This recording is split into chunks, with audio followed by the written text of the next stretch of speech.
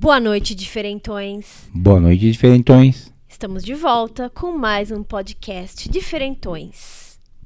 E nós temos um convidado muito especial, Fabrício Pique. Vocês conhecem? E aí, tudo bem? E aí, tudo bemzinho? Tudo bem com vocês? Obrigado. Obrigado pela presença, viu? Falando com vocês aí do convite. Tá todo mundo meio cansado, sexta-feira, a pilha acabando, mas estamos aqui e a noite vai ser muito legal. Bom, o Fabrício é um cara que já fez muitas coisas bacanas e é um cara de muito repertório, super inteligente, e nós vamos tentar entender qual é que é a sua. E aí, fala um pouco de você. É o que você falou, né? Até recentemente eu tava conversando, né? Me pediram pra dar uma palestra pra jovens, né? E aí a gente tava falando disso, né? Até a gente tá num período... Eu sempre gostei de fazer muita coisa, né? E antigamente isso era uma coisa ruim, porque você sofria, porque a gente não era incentivado a fazer isso, né? Era meio que... Não, você tem que escolher um caminho, uma profissão, entrar lá na fábrica, começar e se aposentar, morrer lá, né? Que nem os nossos pais fizeram isso, nossos avós fizeram isso. Então eu sempre tive essa coisa de gostar demais de uma coisa, né? Até acabou... Enfim, com música, com arte, aí até na minha profissão eu acabei, em vez de focar numa coisa só, virar um videomaker, por exemplo, para atuar em todas as áreas da produção do vídeo. Então é meio que vai de A a Z, né? Tem um monte de gente, né, vira e fala, é louco, né? O cara era metaleiro e vai morar no mosteiro e como assim, né? A gente vai, você vai contar eu tudo. Eu gosto de coisas que parecem contraditórias, mas que não são. Então, eu te conheço há tanto tempo. Sei lá quanto tempo. Muito tempo. Muitos anos. E eu te conheci e você era baterista, né? É isso. Fala dessa época. Foi uma coisa muito legal, né? Na verdade, eu acho que profissionalmente a coisa que mais me realizou foi ser baterista, né? Eu sempre gostei muito mesmo de ter aquela coisa, alguma coisa em ter um pouquinho de uma vocação a mais, assim, né? Então, desde muito novo, eu tinha vontade, sei lá, eu lembro, sei lá, tinha uns 13 anos, sei lá, ouvia U2, Engenheiros, Legião, eu falava, putz, eu ouvia pensando, eu queria estar tocando na banda, né? Eu queria estar um dia, sei lá, fazer um cover, alguma coisa assim. Então, era uma coisa da época, assim, né? A molecada, todo mundo tinha vontade de ter uma banda, né? Até apesar de eu ter sido baterista por muitos anos, eu comecei cantando. Fingindo que eu tava cantando, eu não sabia cantar. Porque a gente tinha tanta vontade de ter uma banda, mas quem não sabia tocar, fala, então você canta. Ou toca baixo. Os baixistas não gostam disso. Então era ou você virava baixista ou vocalista, que não sabia nada. Então eu comecei a cantar e depois nos ensaios eu sempre sentava na bateria e aí eu acabei... eu comprei a bateria do baterista e acabei virando baterista da banda no lugar dele. E aí, sei lá, foram... sei lá, dos 15 até alguns anos atrás que eu me aposentei, mas muitos anos. Você gosta de usar esse termo que aposentou ou você só deu uma pausa? Não, eu falo que eu aposentei para os amigos não ficarem me chamando para as bandas. Viu, gente? E você estudou isso tecnicamente ou você aprendeu praticando? Eu comecei praticando. Eu estudei pouco tempo, mas fez muita diferença. Eu deveria ter estudado mais. Inclusive, eu recomendo que as pessoas estudem. Faz muita diferença, né? Porque eu era muito radical, muito bitolado, só ouvia uma coisa. Eu gostava de thrash metal, de Creator, Slayer, Nuclear Assault. E aí eu tinha até vergonha de ouvir outras coisas, porque não pode, é radical. E quando eu fui fazer aula, né, até o Jaime Pladeval de Campinas... é um dos bateristas referências, ele é professor de todo mundo da região de Campinas, enfim, da região de Campinas, ele é um dos principais professores. Ele acabou mudando completamente a minha história, né? Porque ele falou, você tá vindo aqui para estudar música, não para estudar rock. Ele falou, não tem problema ser roqueiro, mas quanto mais você conhecer, você tocar, você ouvir, o seu repertório pro rock vai ser absurdamente melhor. Então era até uma coisa que eu lembro, quando eu fui tocar quando eu conheci o William, baixista, o William da Will Rock Store, acabava meio que a gente tinha o pessoal falava, caramba, tem uma coisa diferente. Por que quando eles tocam é diferente? Porque eu comecei a estudar, a tocar bossa nova, samba, jazz. Não que eu tocasse bem, mas eu tava ouvindo e tentando colocar aquilo em prática. Então, quando eu ia tocar rock, tinha influência. O William gostava de disco, eu tocava disco. Então, a gente começou a perceber que isso fazia muita diferença, sem esforço nenhum. A hora que a gente ia tocar, vinha influência, né? Por exemplo, rock é uma coisa mais reta, mais quadrada. A minha mão direita, que aqui marca mais o ritmo, ela era sempre acentuando, sem perceber, sei lá, como no reggae, como no samba, como no jazz, que a mão lá no rock tá lá, né? Aí você vai tocar no samba. Então você coloca muito mais ritmo fazendo a mesma coisa, né? Até eu lembro que o Jaime comentando, né? Sei lá, você tá ouvindo, sei lá, o Michael Jackson. A bateria é só essa aqui. Tum, tá, tum, tá. Mas por que tem tanto swing, tanto ritmo, né? Era a mão direita do cara. Então são coisas que eu estudei muito pouco tempo, mas fez muita diferença, assim, graças ao Jaime. Obrigado, Jaime. Arrasou, Jaime. Ele é muito bom. Então, e você fez parte de algumas bandas. Conta, quais foram, assim, no total? Assim, mencione alguns nomes, até pra gente lembrar um pouquinho. Porque eu tava lá, né? Eu tava lá. A primeira acho que era lavagem cerebral. Eu estudava na Enéas. E aí tinha um pessoal lá, o Fernando, o Leandrinho, e aí eles queriam montar uma banda, né? Eu não sabia tocar nada, daí eu fui cantar, então a gente já começou criando, compondo, era até uma coisa engraçada da época, as pessoas iam quase que direto para uma música autoral, porque, sei lá, eu gostava do Metallica, mas eu não tinha capacidade de tocar, então a gente fazia música autoral e quando tocava muito, sei lá, Ramones, Garotos Podres, que era mais fácil de tocar. Então, já até tinha essa mescla de punk com thrash metal que a gente gostava mais, da minha turma, pelo menos, né? Então, eu comecei com essa banda, a gente era bem molecada, assim. Eu cantava. Depois, eu fui cantar com os amigos meus do bairro, né? A gente montou uma banda, chamava Afterlife. Não sei porque esse nome era uma banda de punk também, que era aquela coisa, sei lá, os caras, eles eram, sei lá, fã de Iron Maiden, dessas bandas, mas ninguém conseguia tocar, então a gente tocava punk também. E aí foi nessa banda que eu comecei a brincar com a bateria nos ensaios e acabei trocando. Aí eu virei baterista, aí foi até quando eu conheci o Cleitão, a gente montou o Murder Glass, daí era eu, o Cleitão, o Vaguinho e o Vandão. Ai, quero mandar um beijo pro Cleitão, saudades, viu?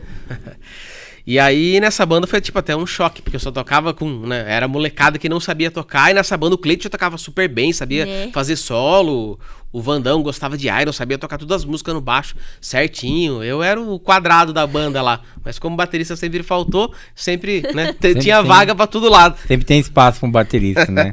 Exato. E aí eu peguei gosto, né, eu acabei... A gente também fazia cover do Iron. O principal era Iron e Metallica. O Vandão era viciado em Iron, o Vaguinho era viciado em Metallica, então eram os dois. Era o Wagner Simões? Era também conheço, gente. Ensaiava na casa dele, na Tamandaré. Sim. Aí depois dessa banda, aí eu conheci o Rafael, o irmão do Júnior, que cantava na banda lá do B. E aí ele falou que eles estavam montando uma banda, precisava de baterista, né? Aí a gente montou o Sanatório, né? Aí era eu, né, tocando bateria, o Rafael cantando, o Rocas no baixo, o Cleiton na guitarra e o João Nariz na guitarra também. Até o Cleitão, na verdade, né? Eu gostei muito de tocar com o Cleitão, porque ele tocava bem, né? E a gente virou muito amigo, né? E aí não precisava de ninguém na banda. Daí eu falei... Aí o Rocas tocava guitarra, né? Daí eu falei, deixa o Cleitão tocar baixo, vamos levar ele pra... Eu fiquei enchendo o saco pra arrastar o Cleitão. Aí o Cleitão foi, só que o Cleitão tocava muito melhor do que o Rocas. Aí a gente falou, deixa o Cleitão tocar um pouquinho. Aí no fim, ele usava guitarra, pedaleira, tudo do Rocas. Aí ele falou, Rocas, toca baixo você. O Cleitão é melhor que você. A gente trocou. Aí, enfim, virou a formação oficial. O Rocas foi pro baixo, o Cleitão ficou na guitarra. Depois do Sanatório... eu montei uma outra banda com o Cleitão, era Blacknet, era eu, o Cleitão na guitarra, o Fabinho no vocal, o Daniel no baixo. Depois o Daniel saiu, o Fabinho saiu e o Daniel ficou cantando. E depois disso eu fui pro More or Less. Aí foi tipo um salto grande, assim, porque apesar de ser uma banda de de rock mais pesado, alternativo, era...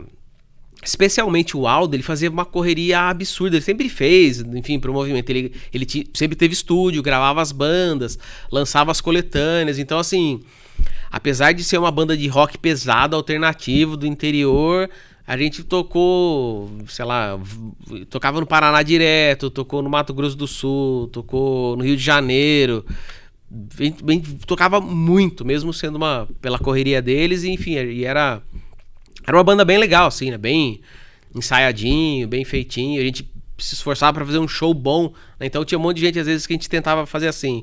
A pessoa pode não gostar da música, gosto é gosto.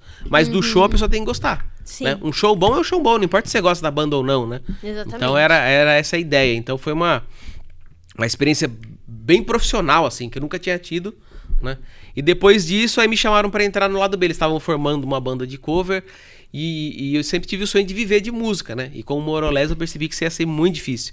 Aí foi até tipo meio triste, assim, porque não queriam que eu saísse, né? Eles não queriam que eu saísse da banda, mas eu vi no lado B uma oportunidade de viver de música, tocar em barzinhos, viajar bastante. E a gente conseguiu. Então eu parei de trabalhar com outras coisas e fui tocar. Então a gente ficou quase 5 anos na estrada, sei lá, de quinta a domingo, às vezes era mais, às vezes um pouquinho menos, mas a gente tocou bastante. Na região a gente até acabou sendo, né, uma das bandas referência. Era a gente, o Rock Express, Rock SA, enfim, eram as bandas que mais tocavam. Tocava em outras, né, um pouco mais longe, mas especialmente na região de Campinas, Itu, Sorocaba, assim, então foram a vida toda. Por aí. Quase, é. E aí, de repente, virou a chavinha e o Fá sumiu. Sumiu. Eu pelo menos, cadê o Fá? Sumiu o Fá. E aí, depois você foi fazer o quê? Que foi assim, todo mundo tem crises existenciais, né? E eu tive muitas, né?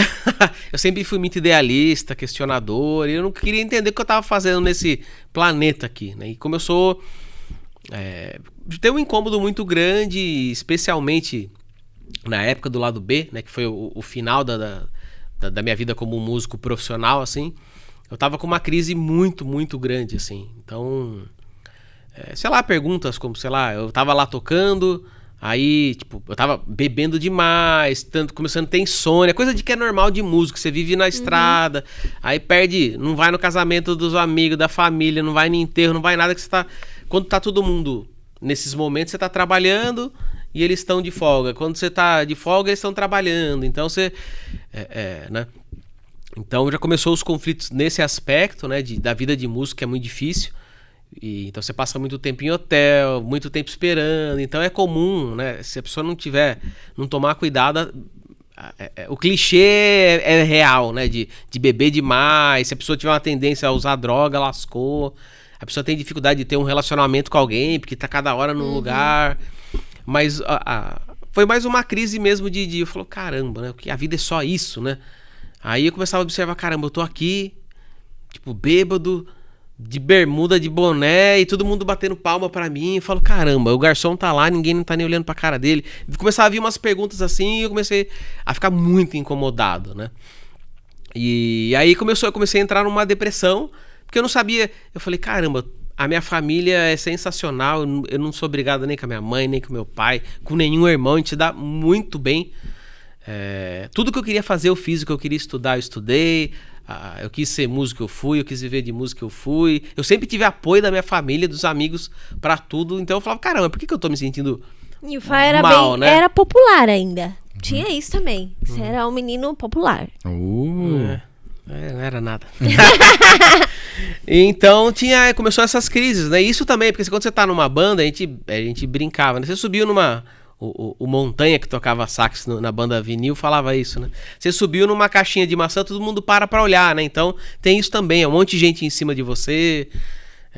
É muito legal, mas assim, é muita bajulação, então você tem que tomar cuidado para não se achar mais do que é. Só que ao mesmo tempo que você tá naquela bajulação, naquela agitação, meia hora depois você tá sozinho num quarto. Então é o comum de artista, assim, da pessoa se sentir muito sozinha, né? Numa hora ele tá com 3.000 pessoas gritando o nome dele, meia hora depois não tem ninguém, ele não tem amigo, e quem que que é isso, né? Tem pra quem ligar.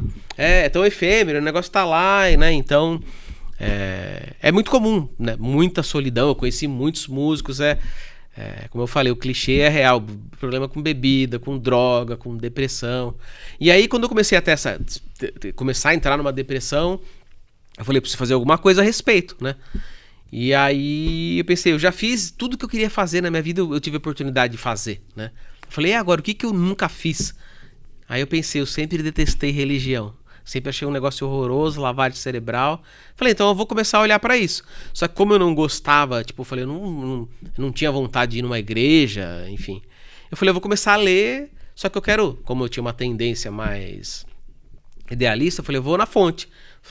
Eu comecei a ler de tudo. Eu li o Bhagavad Gita, li Tao Te Ching, li o Novo Testamento. Eu comecei a pegar de tudo que eu conseguia, mas ler a fonte, né?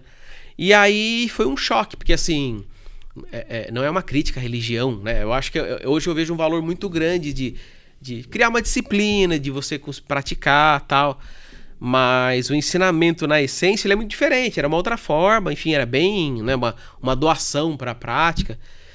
E aí eu lembro de eu ler falar sobre amar ao próximo, sobre respeito. Eu falei, caramba, era isso que estava faltando e ninguém fala disso. E é sempre o contrário, é só curtir, parece que a vida é uma festa.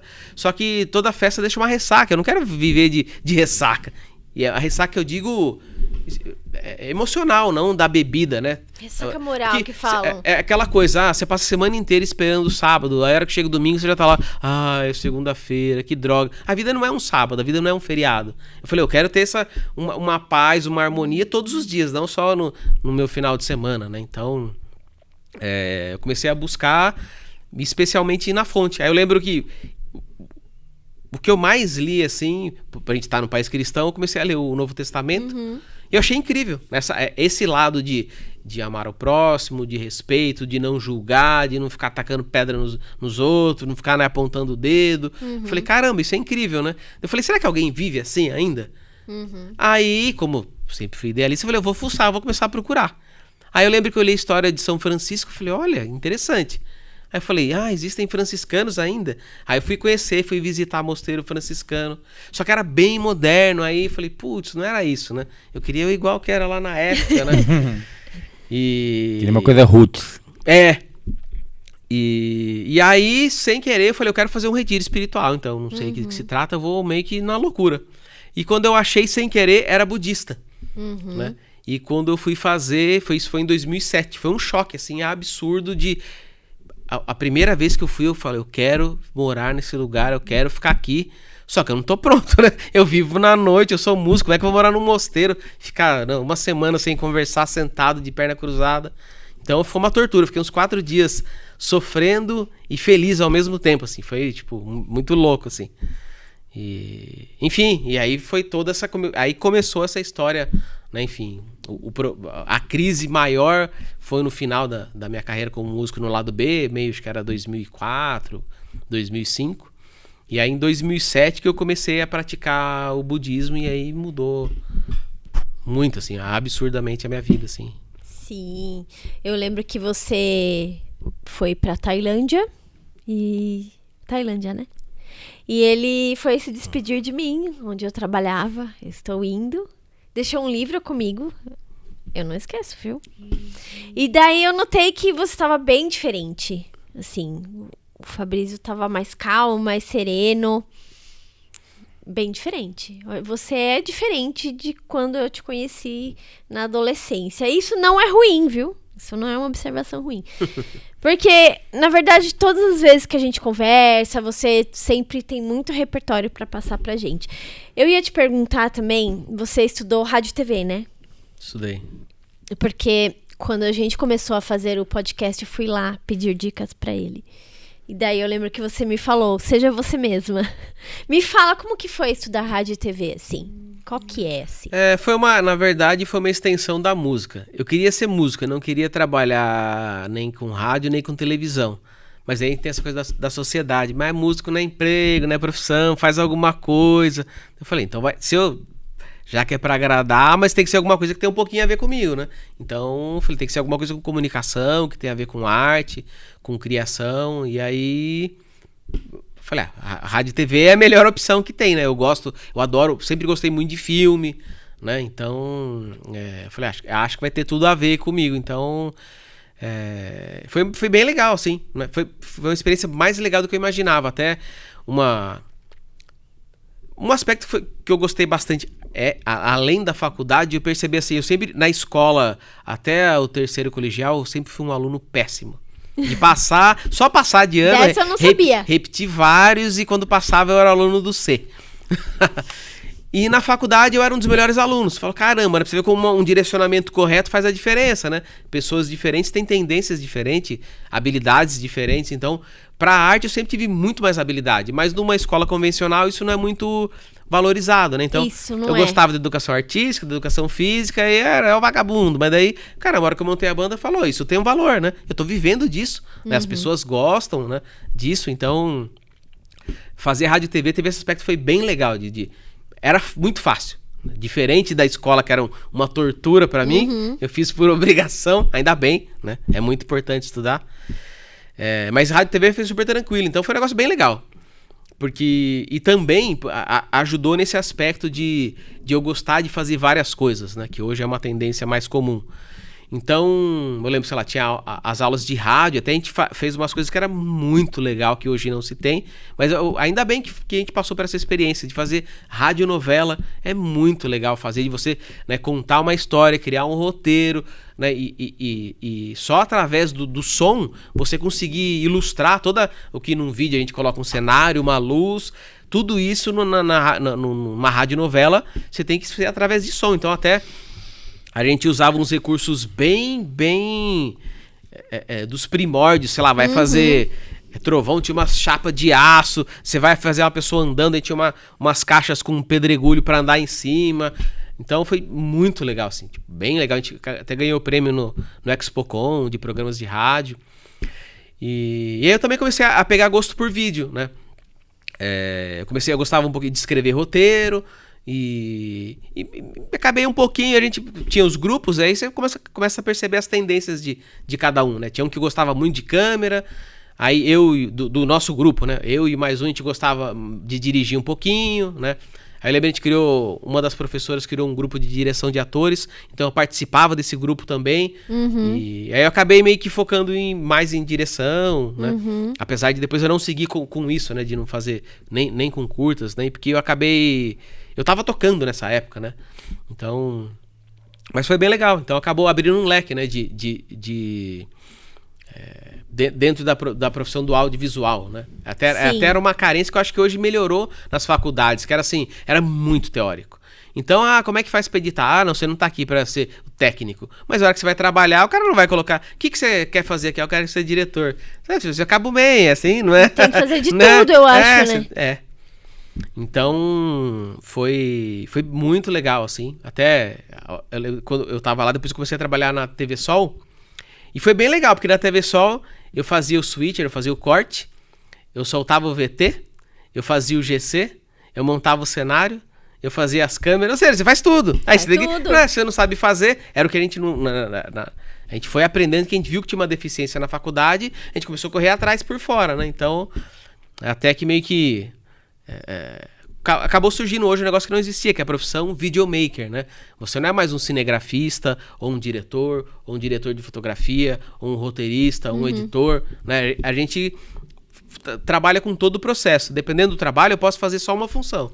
Eu posso ser só editor, por exemplo, eu já editei 2 documentários de Indaiatuba, fui só editor, né? Aí teve um outro que eu fui roteirista também.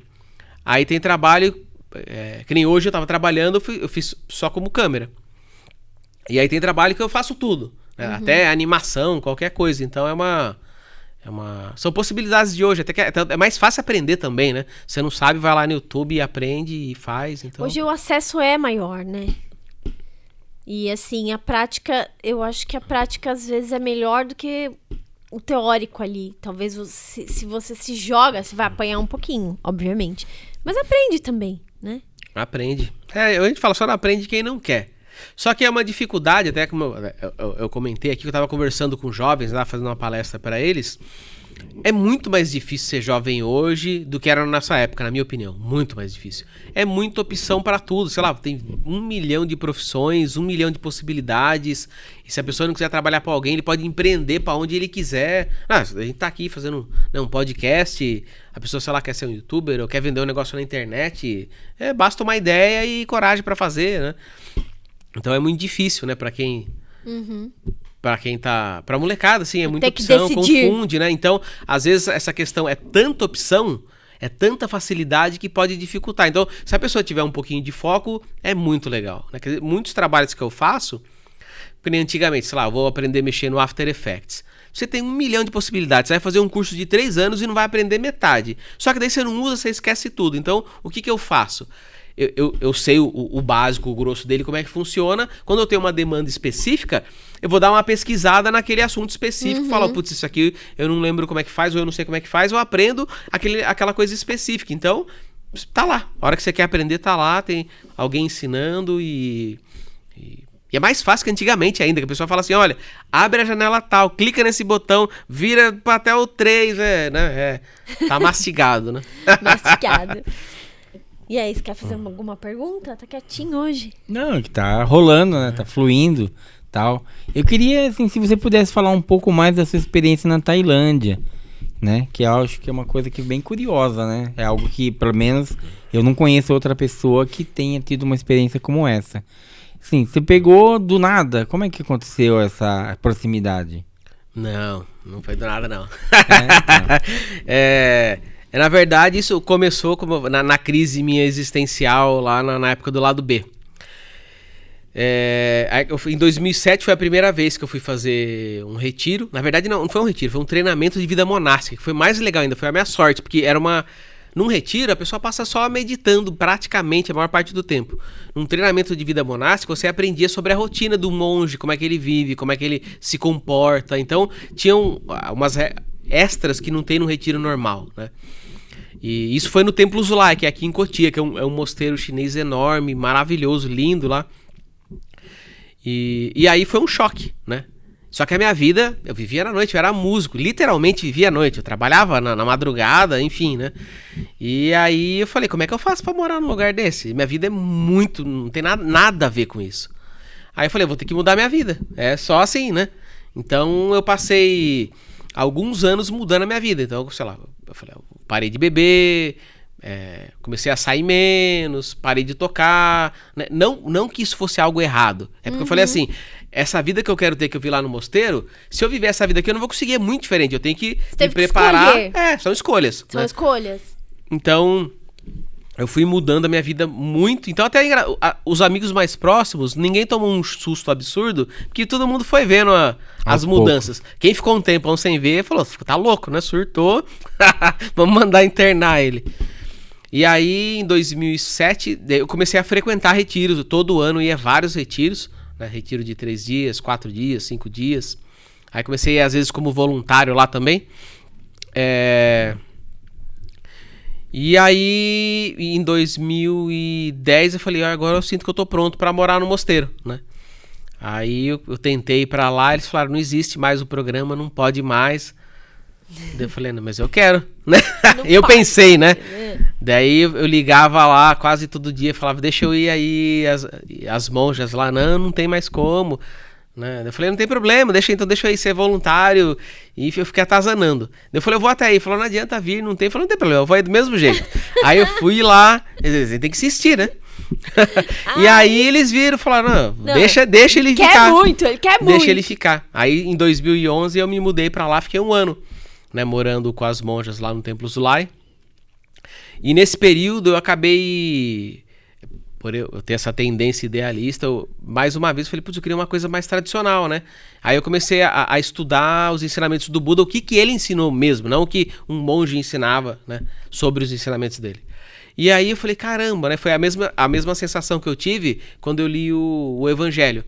Eu falei, Jesus viveu uma vida semelhante à vida do Buda, uma vida bem simples, de entrega para a prática, de pobreza, né? Eu falei, será que isso existe? De novo veio essa pergunta, né? E aí eu comecei a pesquisar e eu descobri que na Tailândia tinha o budismo Theravada, a tradição de floresta, que isso estava vivo ainda. Eu falei, caramba, né? Mas ainda não conhecia ninguém, né? E aí eu decidi, em 2011 eu fiquei lá até o final do ano, e aí eu fui fazer um retiro no Rio de Janeiro, eu descobri que tinha uma tradição Theravada no Brasil, lá no Rio de Janeiro, tinha um mosteiro lá. Aí eu fui fazer um retiro na virada de ano, do Natal pro Ano Novo, um retiro de 20 dias. Então já foi difícil, que eu nunca tinha feito um retiro de 20 dias, e era uma tradição Theravada que eu não conhecia. E aí foi uma experiência maravilhosa, assim, foi a experiência mais, até então era a melhor experiência que eu tive, foi naquele retiro, né? Eu falei, putz, né, apesar de eu ter uma gratidão absurda pela tradição, né, do budismo Chan, que é lá do Templo Zulai, que é o Zen chinês, eu falei, eu quero conhecer essa tradição Theravada, né? Porque tem mais a ver com o meu tipo de personalidade, né? Para algumas pessoas, o budismo Zen, o budismo tibetano funciona muito melhor. Para mim, o Theravada tem muito mais a ver com a minha personalidade.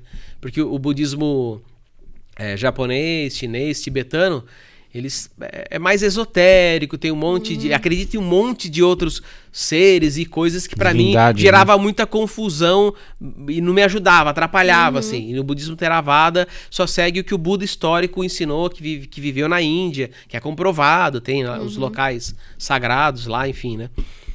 E aí eu comecei a fazer contato, descobri que tinha na Europa, comecei a fazer contato com os monges da Europa. Aí eu decidi que eu queria ir pra lá. Eu ia pra Inglaterra a princípio, só que aí eu não falava inglês direito, só que eu tava conversando com um monge e falava, não, vem, não tem problema, você tá vendo, você tá conversando, você não vai vir aqui pra conversar, você tá vindo aqui pra praticar, né? E aí, no final das contas, convidaram eles pra ir pra Portugal. Ele falou, agora você não tem mais desculpa, vem pra Portugal, você ajuda a gente não sabe falar português, você ajuda a gente a falar português e a começar o mosteiro. Então, enfim, juntou a fome com a vontade de comer. E eu fui para Portugal, né? Aí já era a tradição Theravada, a tradição de floresta tailandesa. Então eu tive um contato já bem intenso ali, que eu fiquei até mais do que no mosteiro, que eu fiquei muito próximo dos monges, que eu tinha que ajudar eles para fazer tudo lá, né? Sim. Então eu tive um contato mais próximo do que o normal, assim. E o monge principal lá era o Ajahn Vadiro, que é um monge... Ele se ordenou na Tailândia, treinou lá por muitos anos. E aí ele falava, você tem perfil, vai pra Tailândia. Eu falava, todo mundo fala que lá é muito difícil, é muito austero. Ele falou, vai que você tem perfil. Aí, no fim, eu tinha vontade, mas eu tinha muita insegurança. E aí ele acabou, enfim, sendo o meu maior incentivador. Então, em 2011 eu morei no Zulai, daí em 2012 eu fiquei um pouquinho lá no Rio de Janeiro, em Portugal. E em 2013 eu fui pra Tailândia, né? Que foi a época que a gente se encontrou, realmente, que você se despediu. Falou, tô indo pra Tailândia, realmente. 2013. Aí foi a maior experiência da minha vida, assim, né? Então, morar num mosteiro de floresta, literalmente, não é na floresta amazônica, primeiro porque, infelizmente, destruíram todas as florestas lá. É muito pior que aqui. Então, são reservas. Nossa, lá desmataram tudo. Porque até é engraçado, eu lendo os livros... A maioria das histórias se passa onde eu tava. E era região de floresta, tinha tigre, elefante. E só sobrou. O principal são onde estão os mosteiros, que murou. E aí a pessoa não pode derrubar dali pra dentro. Então são umas pequenas reservas. Floresta, mas são espaços pequenos, né? Comparado com o que era antes. E foi incrível, né? Até porque era essa coisa que eu falei de querer encontrar uma coisa mais perto das origens daquela prática, né? Das origens daquela vida espiritual. Como o Buda viveu, como o Buda praticou, como ele ensinou. E nessa tradição é muito semelhante. Não é igual, mas é muito semelhante. Então, foi um choque, assim, de emoção, assim. Eu lembro até a primeira vez que eu fui fazer mendicância. Você sai na rua, tinha gente de joelho, descalço, numa estrada de terra, pra me dar comida. Eu falei, caramba, essa pessoa não me conhece, não sabe quem eu sou. E ela acordou. E isso era 7 horas da manhã. Só fazia uma refeição cedo. Que hora que essa pessoa acordou pra fazer comida pra mim? Que eu tô, né? Foi uma experiência, assim, absurda, assim. Né? Outro mundo, né? Eu lembro. Outro mundo. Eu fui e voltei com lágrima no olho. Eu não acreditava que eu tava tendo aquela experiência agora, né? Nesse século, nessa geração, aquilo estava vivo lá ainda e lá funciona, né? Então, viver num mosteiro, né, de floresta, você mora numa cabana, não tem eletricidade, não tem móveis, não tem... É uma vida super simples, né? Então, e às vezes a gente fala, mas pra que barbaridade, pra que fazer isso, né? Mas dentro da prática espiritual isso auxilia muito, né? Porque a gente gosta muito de se distrair. Eu fui músico a vida inteira, então eu sei como é que é. A gente não gosta de confrontar os nossos problemas, a gente gosta de fugir deles. A gente foge pra música, foge pra um barzinho, foge pro cinema, pra televisão. A gente não quer ouvir os pensamentos, as confusões mentais, né? Então, numa vida monástica, num mosteiro, a gente, quando essas coisas vêm, a gente senta e observa, né? A gente aprende a lidar com essas coisas, entender da onde que isso vem, né? E, na verdade, o sofrimento não é o pensamento, é a nossa aversão ao que a gente não gosta e o apego ao que a gente gosta. Então, essa vida mais simples, ela é propícia para isso, porque essas coisas vão aflorar e você não tem para onde fugir. Você vai ter que aprender a lidar com essas coisas, queira ou não queira. Então, é um ambiente muito propício. E no local... A natureza, ela ajuda muito a introspecção. Você pode viver na cidade, pode viver onde for. Mas se a pessoa tem uma oportunidade de fazer um retiro, sei lá, vou passar um tempo num sítio, é uma experiência diferente. Todo mundo quando vai num lugar, sei lá, às vezes, putz, fui num lugar lá na beira do rio, sei lá, uma energia diferente, fui num mosteiro, sei lá, fui na praia. A gente percebe que é um clima diferente, assim, quando a gente sai daquela, né, onde você vai ter um outdoor, uma televisão, agora celular, barulho. É muita informação, né? Você não consegue desligar, né? Então esses locais, eles é mais fácil para conduzir você para dentro, não para fora, né? Então fala-se muito na prática da plena atenção. Você tá atento, não tá disperso. É o inverso, né? A nossa confusão é porque a gente tá disperso, a gente nunca tá aqui, né? Eu tô aqui, mas eu tô pensando o que eu vou fazer depois, o que eu vou comer, né? A gente até brinca, né? Você passa a semana inteira sonhando com a lasanha que vai comer no sábado. A hora que chega o sábado, você tá comendo a lasanha e pensando no domingo. Fala, caramba, você esperou a semana inteira, não tá aqui. E tem os boletos também, né? Os boletos. Isso aí não tem como fugir. Exato, os boletos, eles não esperam. E aí você voltou. Quando mais ou menos você voltou pra cá, assim, saiu? Eu fiquei lá em 2013, aí eu fiquei até o final do ano e voltei pra cá, no finalzinho de 2013 pra 2014. E aí tem que tocar a vida, né? Assim, eu gostaria de ficar, mas eu tenho mérito pra ir, mas não tenho mérito pra ficar. É muito difícil ser monge, né? Tanto eu me ordenei anagárica, que é o postulante, né? Sim. E aí você fica um período, depois você se ordena noviço, e se quiser, se ordena monge, né? E por eu ter é uma tendência que isso não é algo bom, né? É algo ruim, de ser muito perfeccionista, idealista. Eu falo, se não for para ser um monge muito bom, eu não vou ser, né? Porque assim, é muita responsabilidade você ser alguém que você vira uma referência para muita gente. Eu, como músico, era uma referência que era a referência mais ou menos, né? Agora você, como um monge, como um pastor, como um padre, né? Se alguém assume essa profissão e faz uma besteira, ele tira a fé de meio mundo. É um negócio muito, muito, muito sério. Então, eu não me senti preparado para me ordenar monge, eu acabei voltando, né? Entendi. Mas eu não deixei, minha vida continua, né? A prática ainda é a coisa mais importante, então tudo que eu faço eu tento manter dentro, que a ideia de fazer a vida ser uma prática, né? Não só a prática o domingo, o dia da missa, o dia do culto, o dia do seja lá o que for. Mantém, né? A disciplina, né? Fazer o dia a dia a prática, né? Colocar tudo que a gente aprendeu no nosso dia a dia, seja no trabalho, com a família, com os amigos, com quem a gente gosta, com quem a gente não, especialmente com quem a gente não gosta, né? A prática é essa, né? É a vida, né? Exatamente. E eu sei que você promove noites de meditação, né? Conta. Porque bastante gente conhece você, acompanha seus posts. No momento eu não tô fazendo fixo, né? A ideia é assim, para quem quer aprender, eu estou à disposição, eu ensino, não cobro nada, tenho o maior prazer em fazer, né? Mas não tem, por enquanto não tem, eu não tô fazendo mais com data fixa, né? Mas era isso, eu comecei a fazer justamente com as pessoas. As pessoas reparam que alguma coisa está acontecendo, e, sei lá, algumas pessoas enxergam isso como algo bom, algo positivo, e elas também querem. Então as pessoas começam a perguntar, começam a ter curiosidade, né? E querer entender sobre meditação, para que se pratica, o que é isso, né? Eu quero aprender também, né? Até a gente tá num período histórico que acabou crescendo muito isso, porque a gente viveu e ainda está vivendo um período de prosperidade material muito grande. A gente cresceu nos anos 80, sabe a diferença que é. Você não, eu quero um ferrorama. Pode querer, não vai ter, né? Eu quero... Tinha 3 tênis, né? Tinha 2 refrigerantes e era o que tinha. Não era como é hoje, realmente. Era o Conga, né? Não tinha internet. Conga, Bamba e Quixute. Então é isso. É outra época, né? E aí, posso falar? Você, de repente, se envolveu no seu projeto Victory Filmes, né? Você tá até agora? Como é que tá?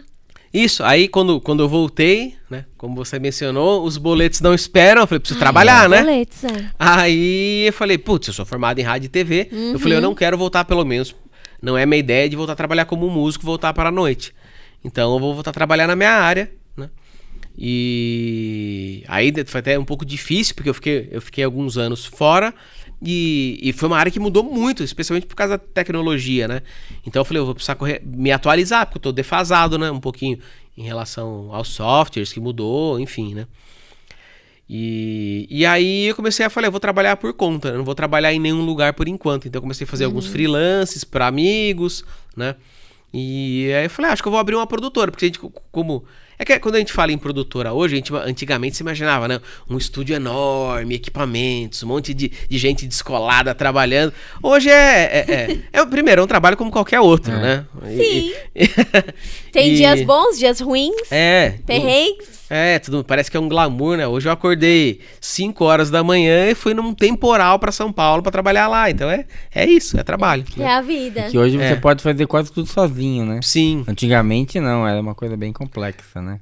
Exato. O que a gente costuma fazer hoje em dia, inclusive produtoras enormes fazem a mesma coisa. Tudo tem um custo muito alto. Então, digamos que, sei lá, eu tenho minha produtora. Eu vou fazer uma produção lá que demanda, sei lá, um câmera, um assistente de câmera, sei lá, um diretor. 3 pessoas nessa aqui garante? Beleza. Eu não vou ter 3, vou ter que pagar 2 funcionários, e aí num mês que não é bom, de onde que eu vou tirar dinheiro para pagar essa pessoa? Então, trabalha-se muito com freelance. Então, quando você vai fazer um trabalho que você precisa de mais gente, você contrata pessoas para te ajudar. Quando é alguma coisa enxuta, você faz sozinho. Quando precisa de gente, você contrata pessoas. E o inverso, né? Então, se há amigos, outras produtoras precisam, eles também ligam pra gente. E a gente presta serviço para essas pessoas também. Então, é assim que o mercado funciona hoje, né? E tem bastante videomaker, essa coisa da gente meio que chutar, correr pra cabecear e correr pra defender. Você corre pra todas as posições. Pessoal, quem estiver assistindo, chama os amigos, aproveita, se inscreva no canal da Rádio Jornal, ative o sininho que toda sexta-feira nós estamos por aqui. E hoje à noite é com o Fabrício. Manda um abraço pro D'Amico. Marcelo D'Amico, um abraço, meu querido. E parabéns pelo seu podcast. Estou sabendo que rolou hoje também, estreia. Pra Simone Carvalho. Simone Carvalho também. Ninguém perguntou nada? Não, o pessoal tá só mandando like. Já é uma boa, né? Já é uma boa, já. E no Face? Então, no Face é a Simone e no YouTube tá o nosso amigo D'Amico. Tá valendo. Sexta-feira o pessoal sai e tal, mas depois vem a reprise. Vem, os cortes que a gente tá começando a fazer. Mas faz o seguinte, você também gosta de algumas coisas, tem uns hobbies, né? Que eu quero que você conte. Eu sei que você gosta de fotografia, não gosta? Eu ando bem aposentado, mas eu gosto. Faz tempo que eu não tiro foto. Deveria voltar. E eu sei que também você tá fazendo outra coisa que você tá gostando muito. O que é? Bolo? De desenho? Claro, os desenhos. Na verdade, desenho, né, como eu falei, todo mundo tem algumas tendências mais fortes, uns talentos a mais. Eu sempre tive uma vocação para arte, mas para desenho, zero. Então, desenho é teimosia. Eu sempre achei muito legal, sempre tive vontade, mas assim, não saía do boneco palito, literalmente, não é uma piada. Era horroroso e boneco palito saia torto ainda. Aí eu falei, putz, né? Hoje tem tanta possibilidade de aprender, né? Até eu falei, eu vou fazer um curso. Aí eu vi que tinha da prefeitura, né? Falei, caramba, tem na cidade, né? Gratuito e... Por que não fazer, né? Tá esperando o quê, né? Então até um desafio, por isso é uma coisa que eu sempre achei muito legal, mas eu nunca tive vocação nenhuma. E aí você começa a entender, né? Que tem algumas... tem técnicas, né? Então, até uma coisa legal. Às vezes a gente não precisa ter uma... A gente acha que a pessoa que só faz aquilo quem tem vocação, o talento. Não, você aprende. Aprende. Né? Tem, é mais né? sofridinho, mas aprende. Então... E dá raiva. Quando eu tava na faculdade também, que o meu desenho também não é dos melhores. Meus croquis de moda não são tão melhores. Mas aí tinha aquela menina que ia lá e de repente desenhava um mangá. E eu falei, gente, dava meio que uma raivinha, assim. E eu conheço vários ilustradores. Eu tenho uma invejinha de quem é ilustrador, na verdade. Entendo bem. E aí, mas você tá fazendo as aulas, tá curtindo? É muito legal. O professor Márcio, né, da Secretaria de Cultura. E... então você começa a ver as técnicas, né? Então, sei lá, você vai desenhar um rosto. Nenhum rosto é igual, mas tem padrão, né? Então, o olho, ele tem um tamanho específico. Se fizer um olho muito grande, ninguém tem um olho muito grande. Então, se você fizer algo realista, você tem que seguir os padrões humanos. Então, a distância do olho é basicamente a mesma. A distância do nariz da testa pro olho, do olho pro nariz, tudo tem uma medida mais ou menos. Então você seguiu isso aí, você fala, opa, já ficou legalzinho, né? Então, sei lá, eu vou fazer um desenho sozinho, você fala, caramba, por que ficou parecendo um monstrinho, né?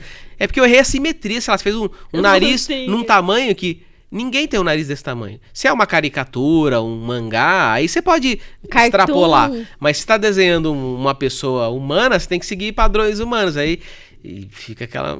coisa horrorosa, né? Mas olha, eu acho que você está indo muito bem pelo que eu vejo na internet. E eu fiquei emocionada quando você desenhou o seu primo. Foi um dos que ficou meio estranho, mas é uma tentativa, mas aprendendo, né? Tem todo o lance afetivo ali Sim. também, né? O dezão. E o desenho, ele tem uma coisa legal, assim... É até uma coisa que também, de eu gostar, uma época de fazer origamis... Não é simplesmente um desenho, você está se doando, você vai passar horas ali para fazer uma coisa, né? Então é um negócio diferente de... Não é até, sei lá, às vezes eu lembro de fazer um origami e dar para alguém. Você não tá dando origami, você tá dando, sei lá, 1 hora da sua vida para aquela pessoa, 2 horas. Você vai fazer um desenho, muitas horas. Né? Pra você fazer um desenho realista, por mais estranho que fique, demora muito. Então é uma coisa legal que... É bem que acabou, é lógico, não é ser saudosista, né? A gente vivia um pouquinho mais isso, né? Sei lá, você vai escrever uma carta pra alguém, você escrevia, você relia, você estava doando o seu tempo pra alguém, né? Exatamente. Corrigindo pra alguém, né? Pensando que palavra que eu vou usar pra alguém. Hoje a gente vai lá, né? Tecla... Cocetar, que é isso, né? E é abreviado ainda, né? A gente não tem muito mais paciência, não quer, né? A gente não tem tempo a perder. Eu falei isso pra minha irmã essa semana, eu quero ter sempre tempo a perder com o que eu gosto. Então, é até um dos motivos de eu trabalhar como... ter a minha própria empresa. Eu posso me dar ao luxo de ir uma segunda-feira, terça-feira, sair de casa e visitar um amigo em algum lugar e não ter que dar satisfação pra ninguém. Porque eu posso fazer isso, né? Não que seja ruim trabalhar num local fixo, mas aí você tem horários a cumprir, então você tem... esse que você tem que fazer, a responsabilidade sua é essa. Então, eu escolhi algumas formas também desse trabalho para ter essa possibilidade de ter uma vida e uma agenda mais flexível, né? Enfim, até eu brinco com os amigos, assim, às vezes alguém fala, quanto tempo? Eu falo, vamos tomar um café. Mas quando? Eu falo, qualquer dia. Meu chefe, ele faz o que eu quiser, ele é bunda mole. Fala, quem que é seu chefe? Eu falo, eu. E aí também tem o lance das bicicletas, né? A bicicleta, que você tá dando uns rolês de bicicleta. Isso aí foi coisa da pandemia. Eu sempre... É um negócio engraçado, né? É meio que... Era outra coisa que quando a gente era criança, era uma febre bicicleta, né? E mesmo assim, não só para passear, mas para, sei lá, para bicicross, o esporte radical era bicicleta, o passeio era bicicleta, o meio de transporte era bicicleta, era muito forte, né? E aí foi diminuindo, enfim, a cidade cresce, mais carro, para esporte radical migrou mais pro skate, que eu também sempre adorei, né? E aí eu falei, caramba, bicicleta, eu nunca gostei de ir em academia, eu falei, preciso fazer exercício, né? Mas eu não gosto de ficar levantando peso olhando para uma parede, né? Para um espelho, né? Enfim... E aí eu falei, vou dar um rolê de bike.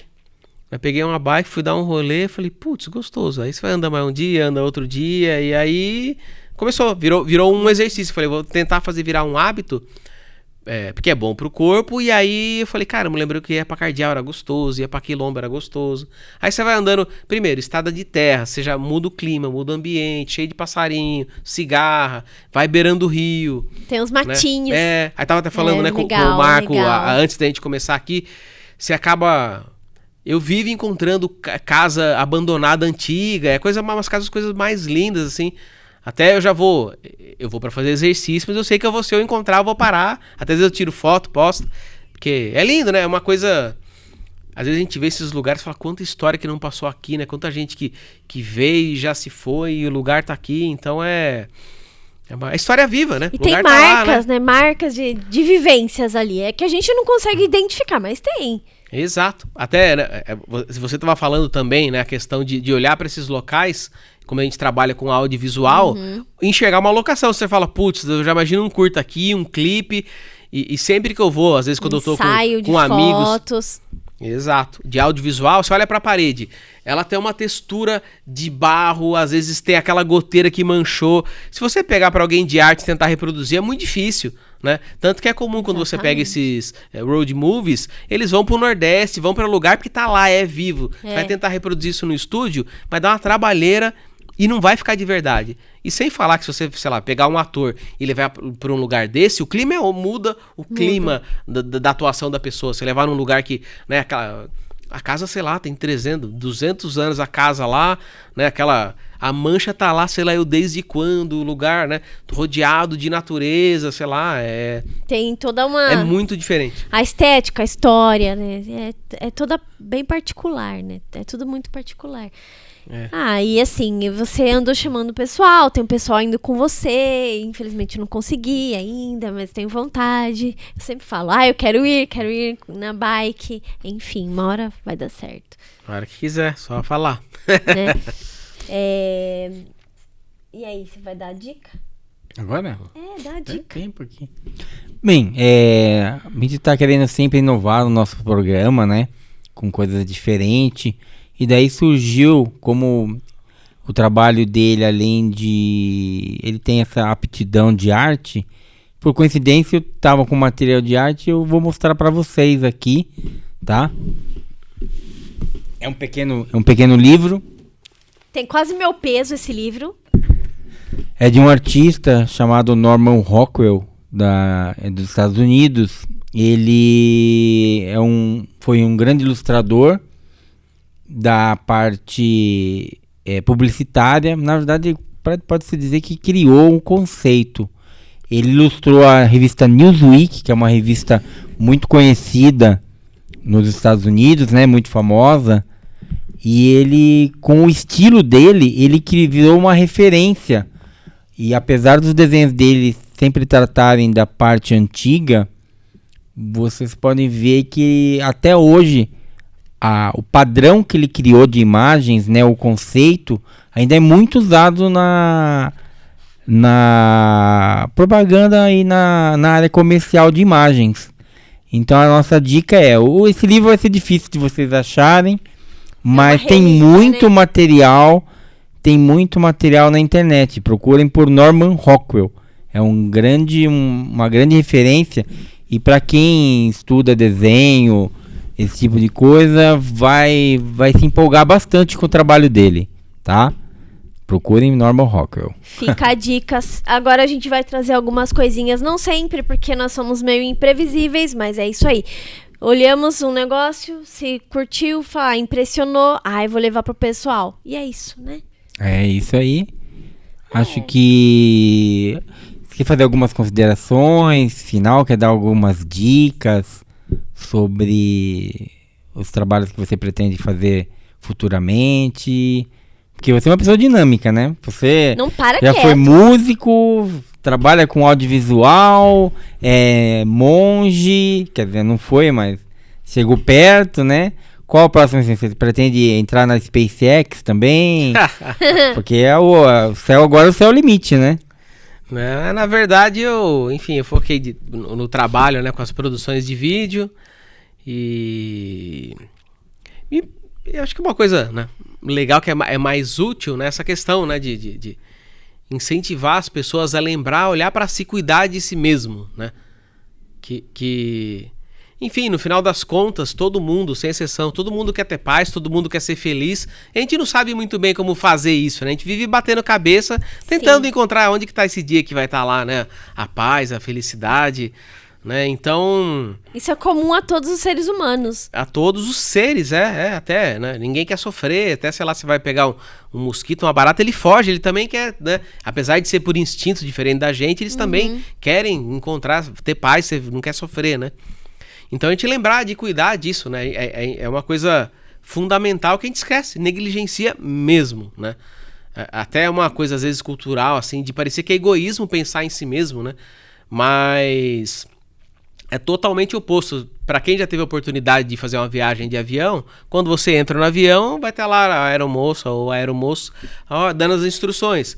Em caso de algum problema, a máscara vai cair. Coloque primeiro no seu rosto. Se você não estiver bem, você não vai cuidar de ninguém. É isso, né? Como é que eu vou... a gente fala, eu quero um mundo pacífico, onde as pessoas se respeitem, sejam gentis. Se eu não tiver isso dentro de mim, isso não vai... né? A mudança, ela só acontece dentro, né? A gente quer mudar o mundo de fora para dentro, vive um atacando o outro, a mudança só ocorre de dentro para fora. Quando a gente mudou, o mundo já mudou, né? A guerra acabou, os conflitos acabaram, né? Porque eles só existem dentro da gente. Então a gente lembrar de buscar essas coisas, né? Se a gente puder estar em paz, qualquer lugar vai estar bom, o emprego vai estar bom, os amigos estão bons, como os monges me falavam com muita frequência, né? Você não pode ser, não tem como ser amigo de todo mundo. Vai ter gente que não gosta de você e tá tudo certo. E não só tá tudo certo, né? Eu lembro, eu tava na Tailândia e enfim... Interessante isso.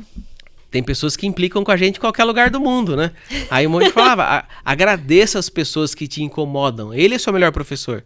Por quê? Porque ele faz você aprender a lidar com aquela situação que você não quer lidar, né? Quando você tá naquele conforto só que você gosta, é fácil, né? Mas quando surge alguém que, sei lá, né, que te critica, que te xinga, que por algum motivo ou outro, você pode usar aquela situação para crescer como ser humano, né? Sim. Então até a questão, uma das formas, né, até você tinha perguntado sobre a prática de meta, né? Isso, do Metal a Meta é o nome do podcast. Agora é a hora de contar. Né, porque dentro, especialmente no budismo Theravada, pratica-se muito meta, né? Meta é um conceito, é uma palavra, mas é um conceito, né, que significa bondade amorosa ou amor bondoso, ou num termo mais próximo nosso, amor incondicional, né? E o que é um amor incondicional? É um amor que não impõe condições, né? É você querer o bem seu, primeiro seu e dos outros, sem esperar nada em troca, né? A gente só gosta de quem é nosso amigo, de quem é gentil, de quem gosta do que eu gosto, de quem faz as minhas vontades, né? Amor é uma via de mão única, não é uma via de mão dupla, né? A gente fica... Amor não é recíproco, né? Porque senão... Por que a dificuldade nossa, né, de se relacionar?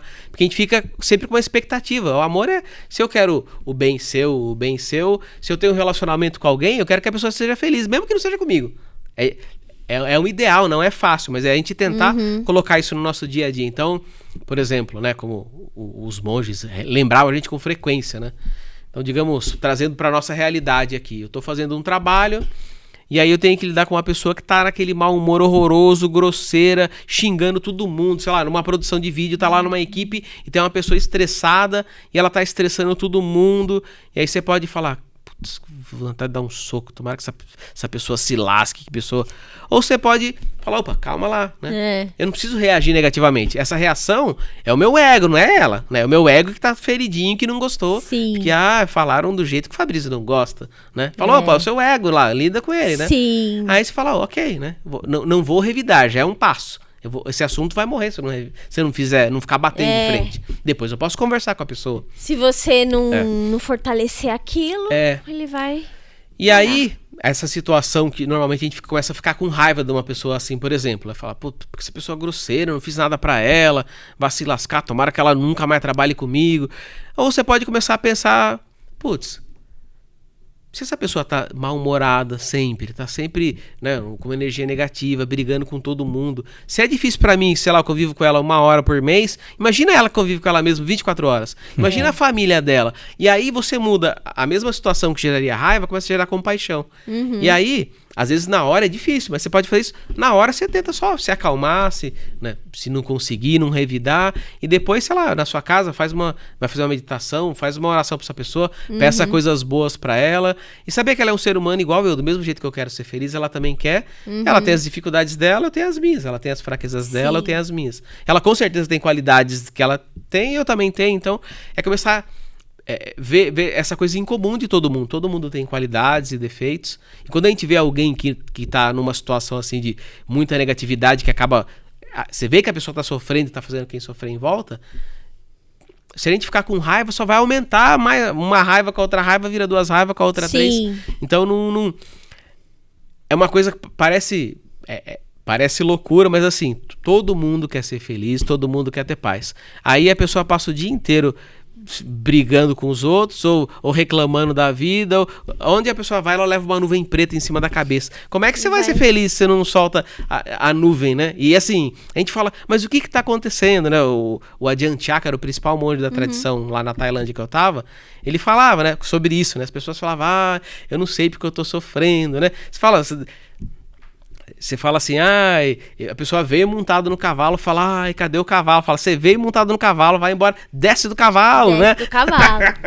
Solta o cavalo, né? Outra que eu lembrei aqui, né? Às vezes você vai, você tá fazendo um trajeto de A a B, você, sei lá, tá indo de Indaiatuba pra Salto a pé lá, e aí no meio do caminho tem um rio, você fala, putz, eu preciso atravessar, e agora o que eu faço?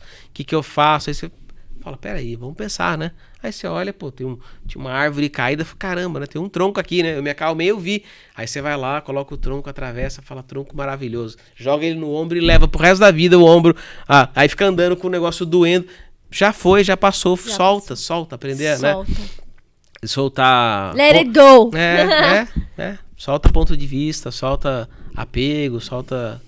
É tudo passageiro, né? Às vezes a gente briga, né? Eu fui um jovem idealista, eu briguei por tanta coisa que eu não acredito mais, né? A gente já fez muito isso. Fases, exato. Bom, acho que é isso. Sua presença foi muito agradável por aqui, como sempre, né?